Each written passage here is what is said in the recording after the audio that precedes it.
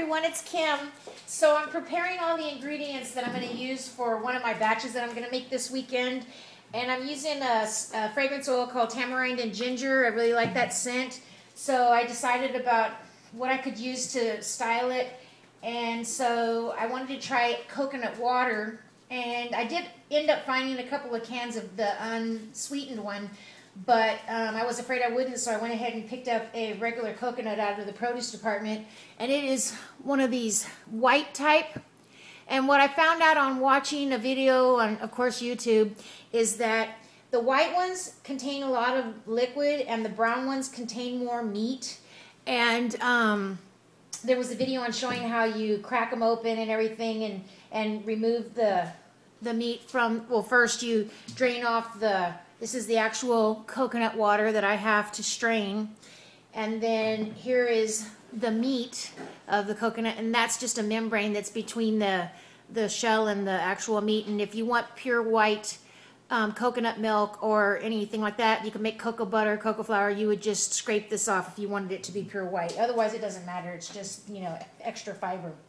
And so I noticed that the hardest part about it is actually prying the meat out of the shell itself.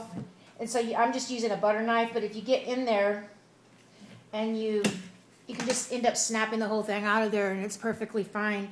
And if, like I said, if you want to take off the brown part of the membrane, you can just take a potato peeler and just peel that off. And then you would have pure white coconut milk, and there wouldn't be any problem. And so the other portion to my madness here is that I want to use actual tamarind. And I don't know if any of you guys have ever seen tamarind before, but it's a seed pod, and this is what it looks like. It's kind of scary. Well, what you do is you're going to peel off all of this crispy stuff, the outer shell, and remove these veinings that are here. And there's actual seeds in here, and this is kind of like a jelly type of material there. And so you remove all of this. And they're kind of sticky because it's going to make like a sticky jelly type of stuff once you've reconstituted it.